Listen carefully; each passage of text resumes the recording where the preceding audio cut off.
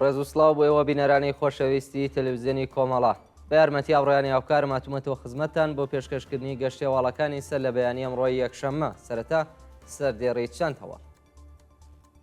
کۆبوونەوەی کادری دەرمانی بێکارکراو لە نەخۆشخانەی سەجادی کرماشان هێرشی هێزەکانی حکوومەت بۆ سەر ئاوایی سەهۆڵان لە مەهاباد گیرخواردنی کۆمەڵێک کۆڵبەر لە سنووری سەقز و گیانبەختکردنی کۆڵبەرێک لە بانە دەست بە سەرکردنی دوو هاوڵاتی دیکە لە پیرانشار برینداربوونی دوو هاوڵاتی بە تەقە هێزەکانی ڕەژیم لە ورمێ خۆپێشاندانی خەڵکی کانتۆنی جزیر دژ بە دەوڵەتی تورکیا کوژرانی هاوڵاتیەک بە تەقەی سەربازانی تورکیا لە وان و ئامانگرتنی کرێکاران لە شرکەتی ئێران ئۆفۆغ لە خۆڕەمشار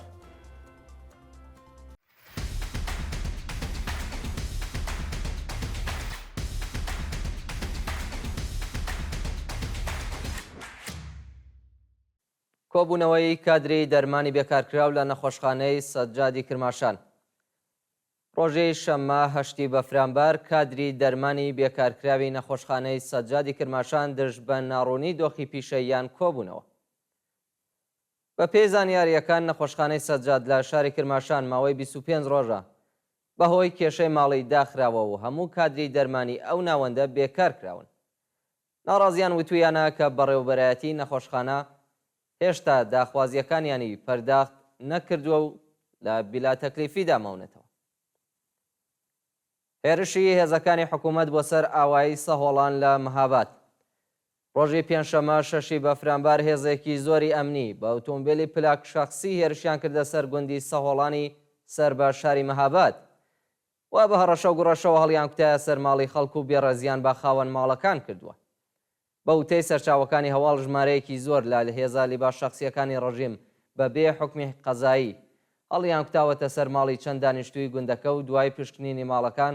دەستیان بەسەر مۆبایلی سێ هاونیشتمانی داگرتووە هێزەکانی ئەمنی هەروەها ئەو سێ هاوڵاتیان بانکێشت و هەڕەشەیان لە مامۆستای مزگەوتی گوندەکەش کردووە گیرخواردنی کۆمەڵێک کۆڵبەر لە سنووری سەقز و گیانبەختکردنی کۆڵبەرێک لە شاریبانە بەیانی ڕۆژی شەممە هەشتی بەفرامبار 1403 هەتاوی کۆڵبەرێک بە ناوی ئیدریس نادری بەهۆی سەرمابردووی لە سنووری بانە گیانی لەدەستا و کۆمەڵێک کۆڵبەر لە سنووری باسامی سەقز لە نێو بەفر و بەستەڵەکدا گیریان خواردووە بە پێی راپۆرتی کۆڵبە نیوز کۆڵبەرێکی خەڵکی قۆڵاستێری بانە بەهۆی سەرمابردووی لە سنووری حوتاشی بانەگیانی لەدەستداوە و تەرمەکەی بە یارمەتی خەڵکی ناوچەکە و هێزەکانی ڕێکخراوی مانگی سوور بۆ نەخۆشخانەی سەلاحەدین وازراوەتەوە لەلایەکی دیکەوە کۆمەڵێک کۆڵبەر لە سنووری باسامی سەقز لە نێو سەرما و کڕێوەی بەفردا گیریان خواردووە بەڵام پاش چەند کاتژمێر لەلایەن هێزەکانی مانگی سوورەوە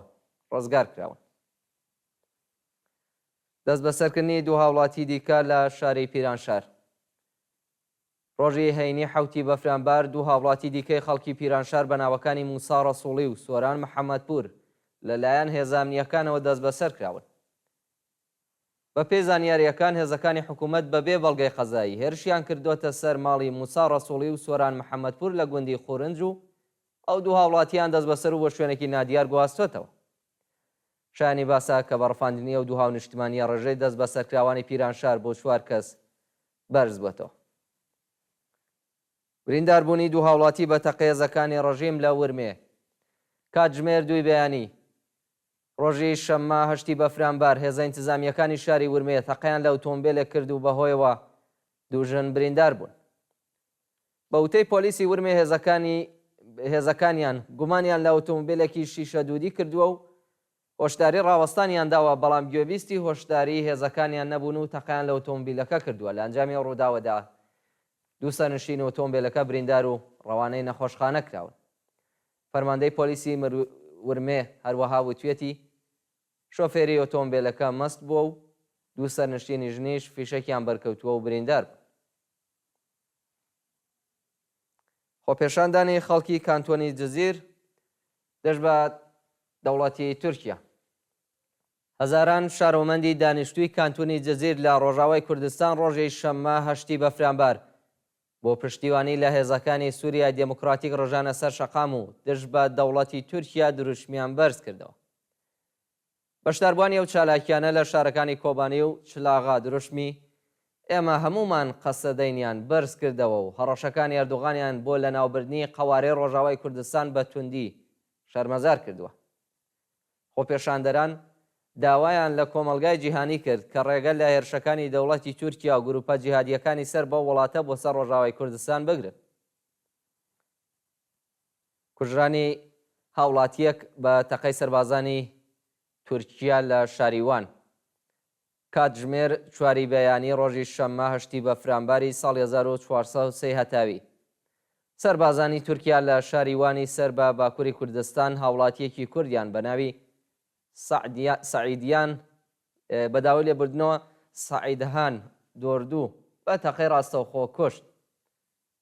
بە پێی زانیاریەکان سەربازانی ئەرتەشی تورکیا بەبێ هۆکار ئەو شارۆمەندە کوردیان لەسەر ئەسپەکەی کردوتە ئامانج و ناوبراو بە سەختی بریندار بووە. کاتێک خەڵکی ناوچەکە گەیشتونەتە سەر تەرمی برینداری سعیدهان ناوبراویان بۆ نەخۆشخانە گواستەتەوە، بەڵام بەهۆی قورسی برینەکانی گیانی لەدەستدا. مانگرتنی کرێکاران لە شرکەتی ئێران ئۆفۆق لە خۆڕەمشار. کرێکارانی شاغڵ لە شرکەتی ئێران ئۆفۆق لە ناوچەی نەوتی یاداوەرانی خۆڕەمشار ڕۆژی شەممە هەشتی بە فرانبار دژ بە نەدانی داخوازیەکانیان دەستیان لە کار کێشاوەتەوە و مانیان گرتووە. بە پێی راپۆرتەکان کرێکارای ناڕازی لە کۆبوونەوەیەکدا خوازیاری پێدانی داخوازیە دواخراوەکان، زیادکردنی حەقدەست بە پێی ڕێژەی هەڵاوسان، دابینکردنی ئیمکاناتی ڕەفاهی و بیمەی تەکمیلی، تەزمینی ئەمنیەتی پیشەیی، بەکردەوە دەراتنی گەڵاڵەی ڕێزبەندی پیشەکان و پەرداختی زافەکاری و مەزایاکانیان بوون. کۆبوونەوەی دادخوازانی شۆڕشی ژینا لەسەر مەزاری عەزیزانیان لە چەند شاریێران ڕۆژی شەممە هەشتی بە فرانبار بنەماڵەی کۆمەڵێک لە گیانبەختکردوانی شۆڕشی ژینا لەسەر مەزاری محەممەد قوبادلو، سەدەف، موحدی و یەلدا ئاقافەزلی کۆبوونەوە. بنەماڵە دادخوازەکانی شۆڕشی ژینا بە کۆبوونەوە لەسەر مەزاری ئەو سێ گیانبەخت کردووە، یەکڕێزی خۆیان بۆ گەیشتن بە مافەکانیان دووپات کردەوە و ڕایانگەیاندووە هەرگیز لە قاتڵی ڕۆڵەکانیان خۆش نابن و داوای محاکمەی تاوانباران دەکەن. بەشداربووان هەروەها ڕێزیان لە یادی هەموو گیانبەخت کردوانی شۆڕشی ژیناگرت و پەیمانیان لەگەڵ ئاواتەکانیان نوێ کردەوە. ڕێگری هێزامنیەکان لە کۆبوونەوەی دایکانی دادخواز لە خاوەران. ڕۆژی هەینی هێزامنیەکانی ڕژیم لە شاری تاران ڕێگەیان نەدا بنەماڵە دادخوازەکانی دەیەی شەست لەسەر مەزاری عەزیزانیان لە گۆڕستانی خاوەران کۆ ببنەوە. بە پێی زانیاریەکان بنەماڵە دادخوازەکانی دەیەی شەست ناچار بوون تا جەگوڵێنەکانیان و وێنەی ڕۆڵەکانیان لە بەردەرگای گۆڕستانی خاوەراندا بنێن و لە دەرەوە یادی عەزیزانیان بکەنەوە. پێشتریش هێزەکانی حکوومەت ڕێگریان لە کۆبوونەوەی بنەماڵە دادخوازەکانی دەیەی شەست لە گۆڕستانی خاوەران گرتبوو. هێرشی لیباس شەخسیەکانی ڕژیم بۆ سەر چالاکێکی مەدەنی لە ئێرانشار. شەوی هەینی حوتی بە فرانبەر چەند چەکداری لیباس شەخسی هێرشیان کردووەتە سەر توران حەمەلزەهی، چالاکی مەدەنی خەڵکی ئێرانشار و دەستیان بەسەر کەلوپەلە شەخسیەکانی داگرتووە. بەوتەی چالاکانی بەلوچ شێوەی هەڵسوکەوتی ئەو چەکدارانە هاوشێوەی مامورانی ئیدارەی تلاعات بوو و کاتێک توران و نەوەکەی چوونەتە نێو ئۆتۆمبیل هێرشیان کردوتە سەریان. چەکدارانی لیباس شەخسی و ڕایلێدانی شۆفێری ئۆتۆمبیلەکە دەستیان بەسەر مۆبایلی توران و نەوەکەی داگرتووە و پاشان هەڵهاتوون. برینداربوونی 16 کرێکار بەهۆی وەرگەڕانی سرویسی هاتوچۆ لە ئەردەبیل. بەیانی ڕۆژی شەممە هەشتی بە فرانبار سرویسی هاتوچۆی کرێکارانی کارخانەیەکی سەنعەتی لە مشکین شاری ئەردەبیل وەرگەڕاو، بەو هۆیەوە 16 کەس بریندار بوون. بە پێی زانیاریەکان کۆنبوونی سرویسی گواستنەوەی کارخانە و ناستانداربوونی جادەکە هۆکاری وەرگەڕانی مینیبوسی هەڵگری کرێکاران بووە. لەو ڕووداوەدا 16 کرێکار بریندار بوون کە 14 کەسیان برینەکانیان سووک بووە و 2 کەس دۆخی تەندروستیان ناجێگیرە. و دوایین هەواڵمان سەبارەتە بە شەڕ و پێکدادانی قورس لە نێوان چەکدارانی تالیبان و ئەرتەشی پاکستان.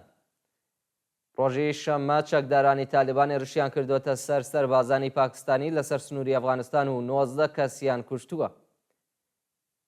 پاش شێرشی ئاسمانی ئەرتەشی پاکستان لە ڕۆژانی ڕابردوودا بۆ سەر ناوچە سنووریەکانی ویلایەتی پەکتیا کە بووە هۆی کوژرانی 46 شارۆمەندی ئەفغانستانی، حکوومەتی تالیبان بڕیاری تۆڵەسەندنەوەیدا. ڕۆژی شەممە چەکدارانی و گروپی ڕشیان کردە سەر ئەرتەشی پاکستان و چەند گوندیان داگیر کرد و 19 سەربازیان کوشت. بەڵێ بینەرانی خۆشەویست، گەشتی هەواڵەکانی ئەمڕۆتان پێشکەش کرا. کات و ساتێکی خۆش بۆ هەموو لای.